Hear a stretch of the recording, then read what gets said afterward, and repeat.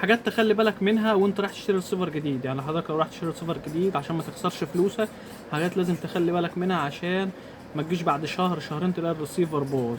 اول حاجه طبعا لما تيجي تفتح الريسيفر بتلاقي معاه شهاده ضمان، زي ما حضرتك شايف كده بتبقى شهاده ضمان من الشركه بالمده اللي هي الشركه عاملاها.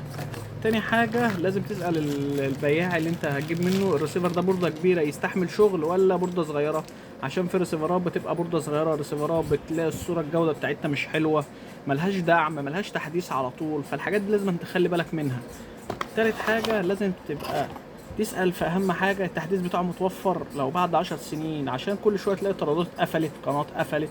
لازم تخلي بالك من الحاجات دي، مش تشتري ريسيفر وخلاص، لازم تروح لحد يكون فاهم، مش حد بيجيب ريسيفرات وخلاص، لازم تسأله عشان يعرف اللي انت فاهم. وتسأل طبعا الريموت بتاعه يكون متوفر ولا لا، مش طبعا اجيب ريسيفر اجي اسال على الريموت يقول لك الريموت بتاعه مش موجود. لازم تخلي بالك من الحاجات دي.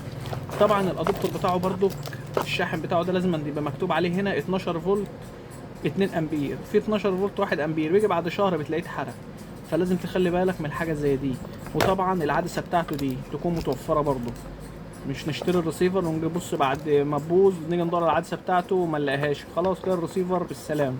فالحاجات ديت محدش هيقول لك عليها، لازم تخلي بالك منها. واي حد محتاج اي حاجه يكتب لي في الكومنتات، وما تنساش صلي على النبي. السلام عليكم.